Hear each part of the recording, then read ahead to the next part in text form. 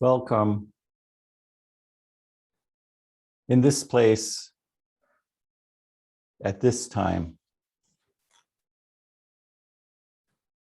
which happens to be the resumption, we are resuming our threefold Sangha meetings on Sundays after having had a brief hiatus. It's wonderful to see you all come here at this time together once again.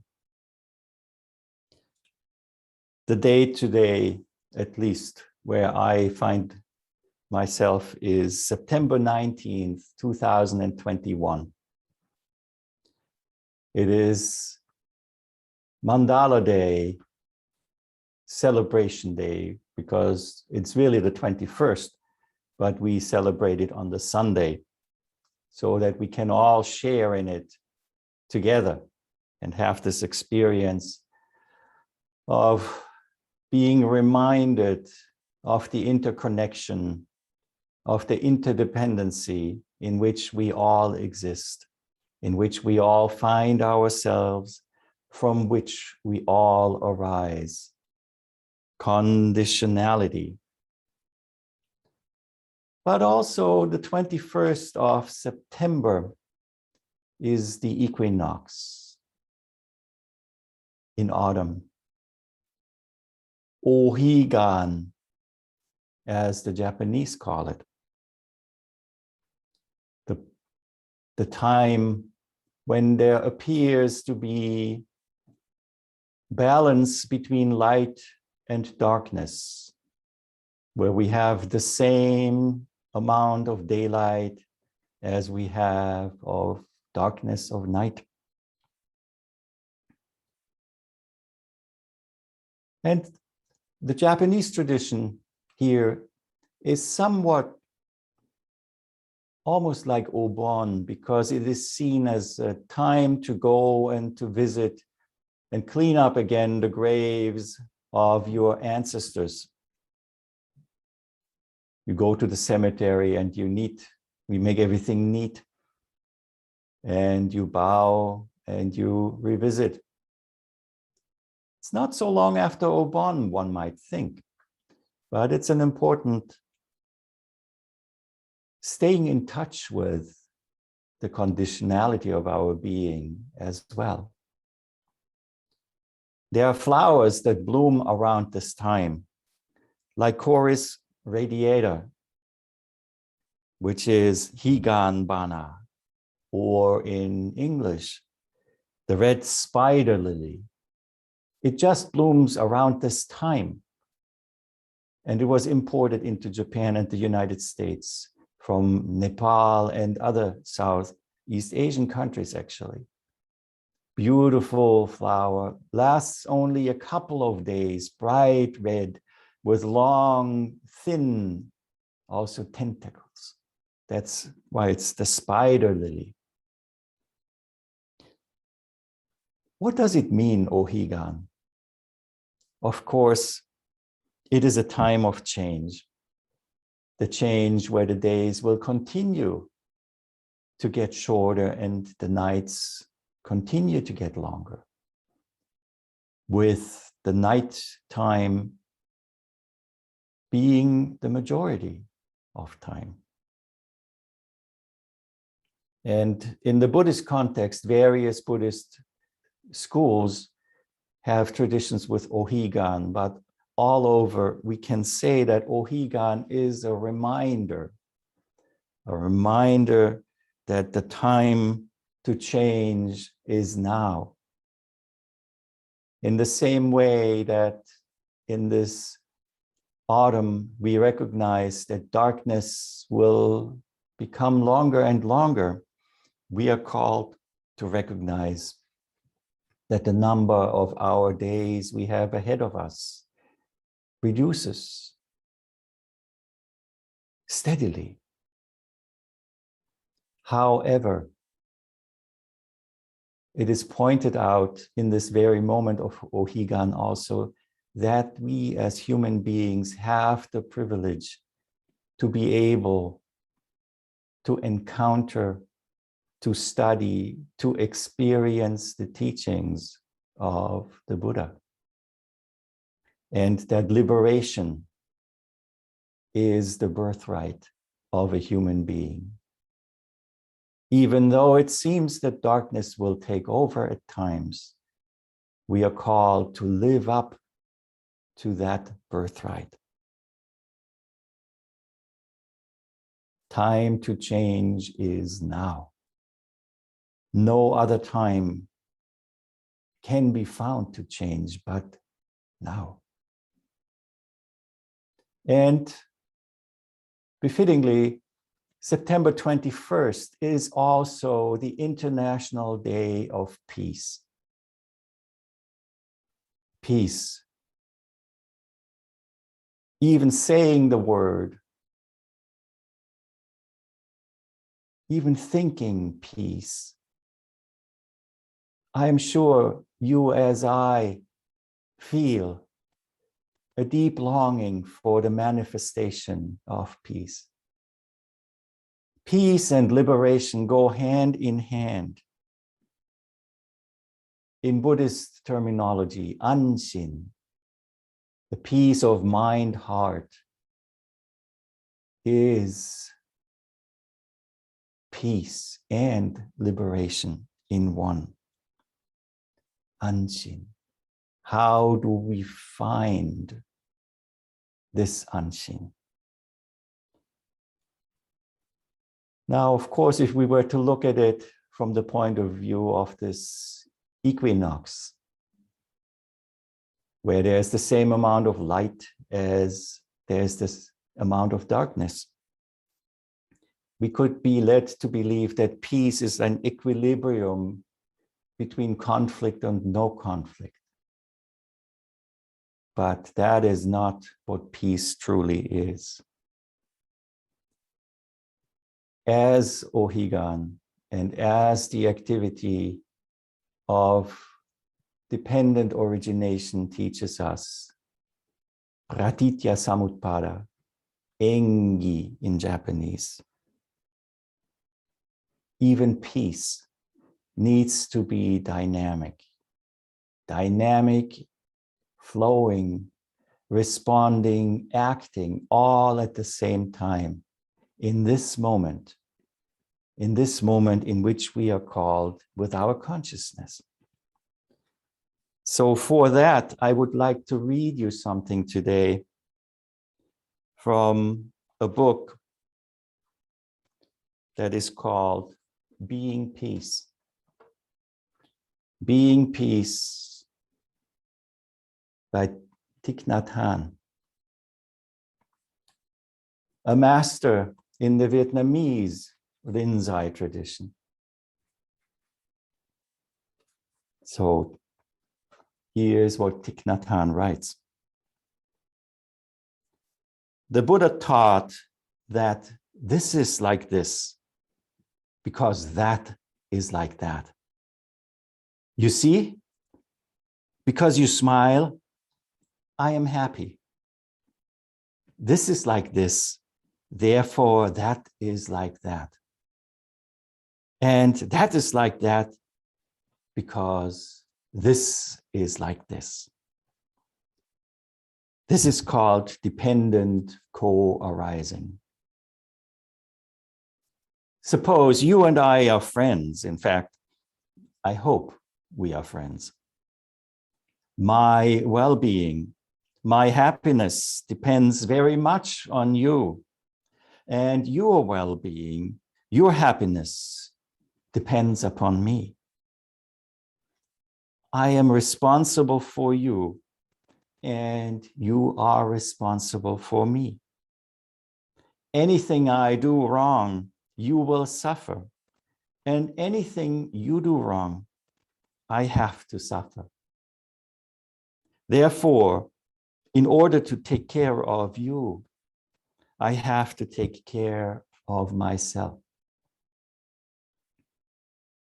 There is a story in the Pali Canon about a father and a daughter who performed in the circus. The father would place a very long bamboo rod on his forehead and his daughter would climb to the top of the bamboo stick. When they did this, people gave them some money to buy rice. One day, the father told his daughter, "My dear daughter, we have to take care of each other. You have to take care of your father, and I have to take care of you so that we will be safe. Our performance is very dangerous. Because if she fell, both would not be able to earn their living. If she fell and broke her leg, they wouldn't have anything to eat. My daughter, we have to take care of each other so we can continue to earn our living." The daughter was wise.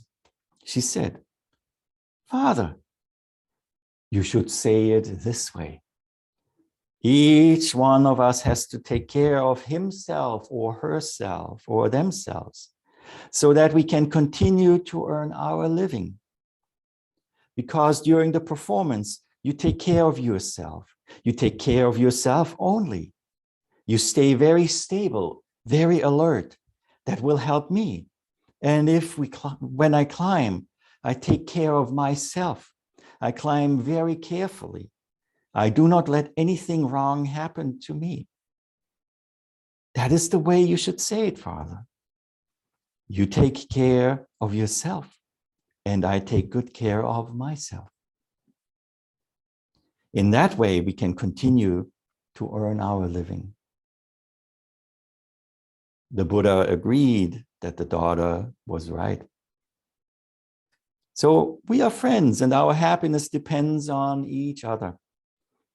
According to that teaching, I have to take care of myself, and you take care of yourself. That way, we help each other. And that is the most correct perception.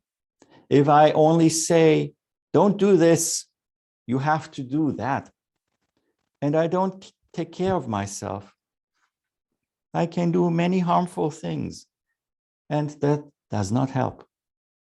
I have to take care of myself, knowing that I am responsible for your happiness. And if you do the same, everything will be all right. This is the Buddha's teaching about perception, based on the principle of dependent co-arising.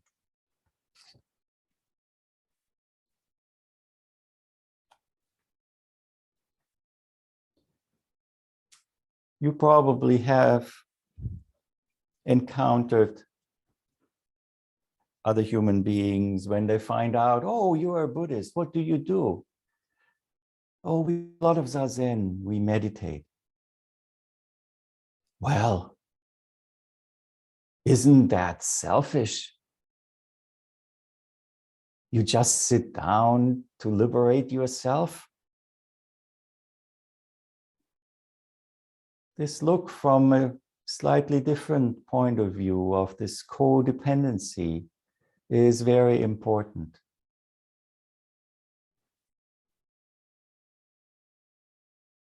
The difficulty we face is not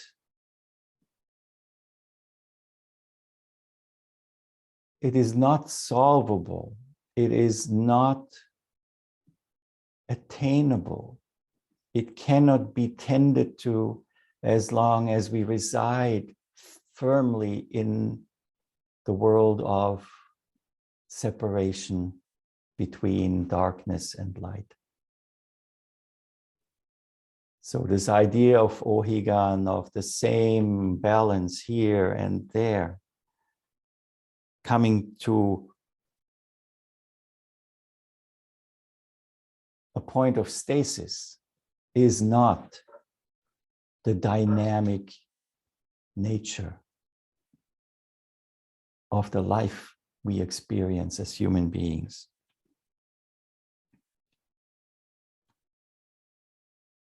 It is not helpful for us to judge from a point of view of being a practitioner, even our own practice. I would go so far as to wean ourselves off to even think this is my practice. My practice. Already the I am, the possessive, the distance sneaks into the interdependence. This is not my practice.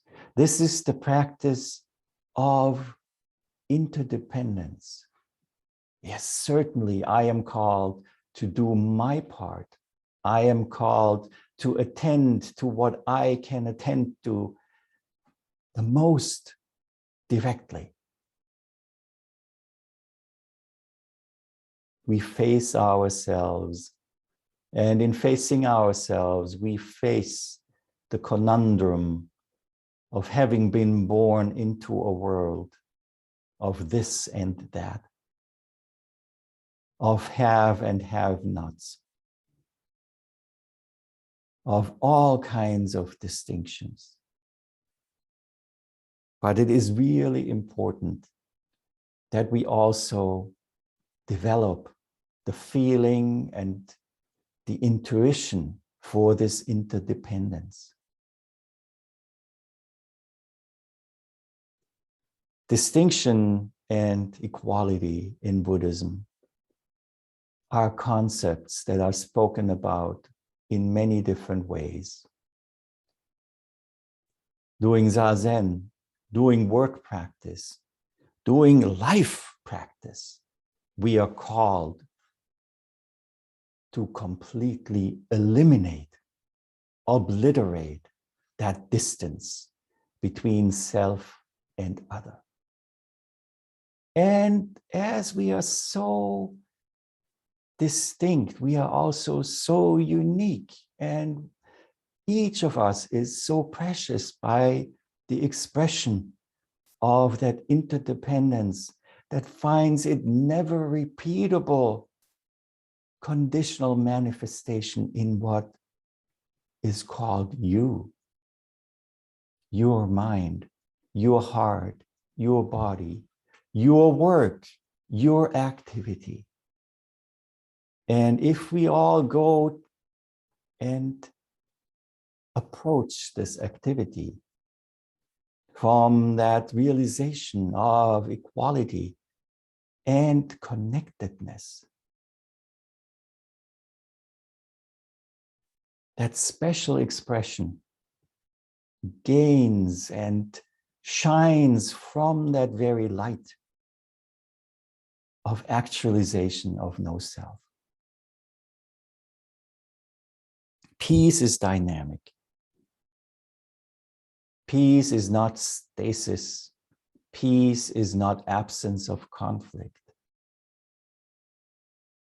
Peace of heart, mind also is not something that is gained and attained. It is something that is worked for, that is actualized moment by moment. In our Zazen, in this practice, in our work with our ancestors, with our living teachers, in the koan studies that the Rinzai tradition offers, in Doksan, in speaking with a Dharma friend, Kalyana Mitra, in our honesty, as we meet, we are working on the dismantling of stasis, of fixated ideas, fixated ideas about the self, fixated ideas about the world, fixated ideas that create reality. We deconstruct. We take apart that what is seen as external illuminates as being the expression of what's within us. Ultimately, all the continuation of any fixated ideas rests upon somebody repeating them, somebody acting them out. We ourselves do it all the time. And developing the open heart and the clear view to recognize it, because it's not unnatural or anything. There is no value judgment with this. This is just the activity of a human being, of the need to mature into a self that knows the interconnectedness. So when we open our eyes at this atomic level, and society, the smallest element of society, is us.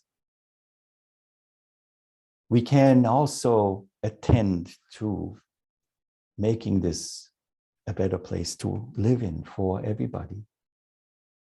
We can attend to what the past has brought to this moment.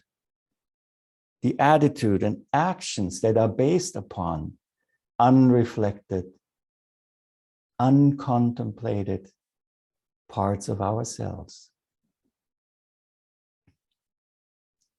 Being peace is being dynamic. Will it be without conflict? Certainly not.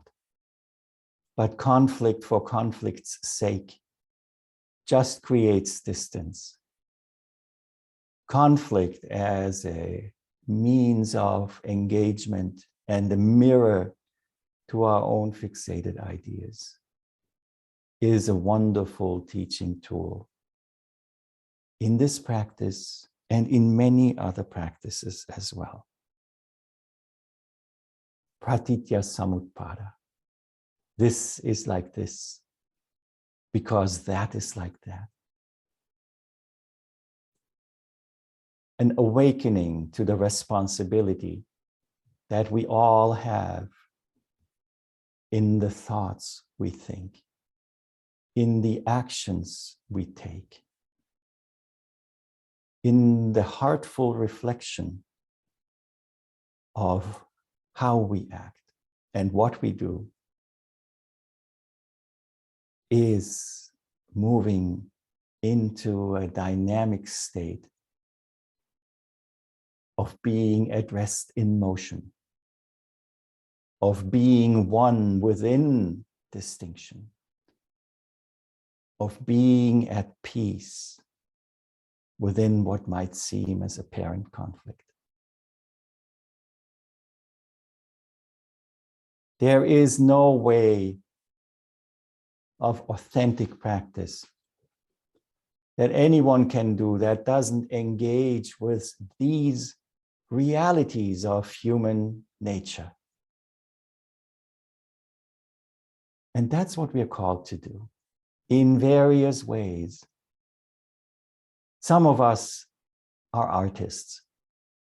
The expression in our art, may it be writing, may it be images, videos, music, spoken word, dance, informed by this, is as authentic as the many other ways that we have to go about this maturation as human beings, as a society.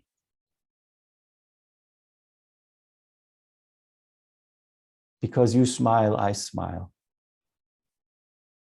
Because you cry, I cry. Distance is obliterated with compassion, with empathy, and with recognition as this is myself.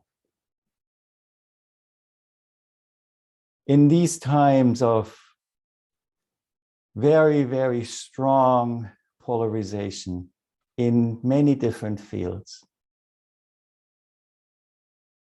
Let us all find this Anshin within ourselves so we can obliterate that distance of the other. It will make things in our own lives very different. And if we gather the critical momentum as a society, as a group of people, as a Sangha, as a world, to have that escape velocity from the planet ego achieved. Let's do it. Let's do it without expectation, without criticizing others, just helping each other to get the distance obliterated. It's a privilege to be here. It's a privilege to be allowed to address you. It's a privilege to function as somebody who speaks about their expression. That's all it is. There's no understanding. Expression and manifestation of these teachings of the Buddha. But ultimately, we are all equal and meet heart to heart. Please make that the core of all interactions. Peace. Peace be with us. May we be peace as dynamically as life is.